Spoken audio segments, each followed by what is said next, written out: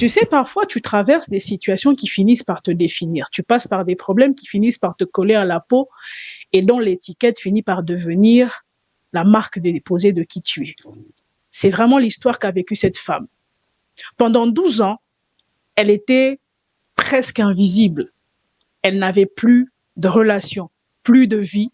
Pendant 12 ans, on ne semblait la définir que par son problème.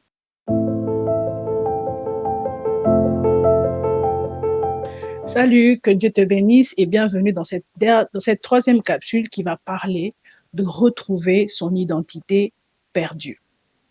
Aujourd'hui, nous nous tournons vers une femme qui n'a pas de nom, mais qui porte le nom de sa situation.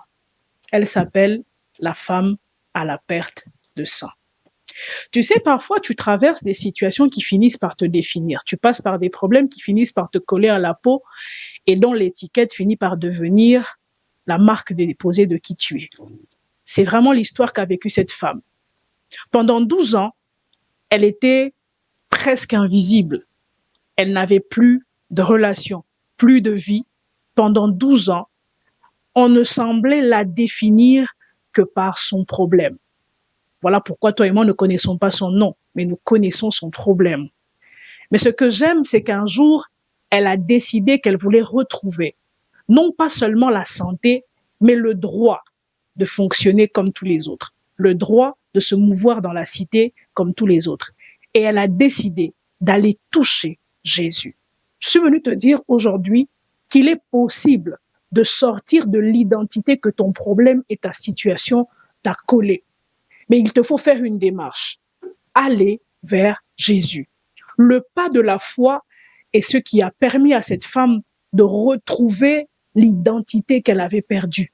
Le geste d'aller toucher Jésus n'était pas simplement un geste de guérison, mais un geste de reconnexion avec elle-même. En touchant Jésus, elle se redonnait le droit d'être elle. Elle se redonnait le droit d'exister et elle se redonnait le droit de marcher et d'avoir des rêves. Aujourd'hui, je te propose 2 vérités. La première, c'est que l'identité se restaure par la foi. Oui, tu passes par des moments difficiles. Mais si tu crois que Dieu peut te sortir de cette situation, alors tu retrouveras une nouvelle identité. La deuxième chose, c'est que retrouver ton identité te redonne l'espoir, te redonne la liberté de rêver. Cette femme avait suspendu sa vie parce qu'elle ne pouvait plus rêver. Elle avait tellement de limitations à cause de sa situation. Mais lorsqu'elle a retrouvé son identité, elle a été relâchée vers une meilleure destinée. Que Dieu t'aide à ne pas porter le poids de ta situation jusqu'à être écroulé sous les décombres. Que ta situation ne devienne pas ton nom. Mais dans ta situation, trouve Jésus et il te donnera une nouvelle identité et un nom nouveau. Que Dieu te bénisse.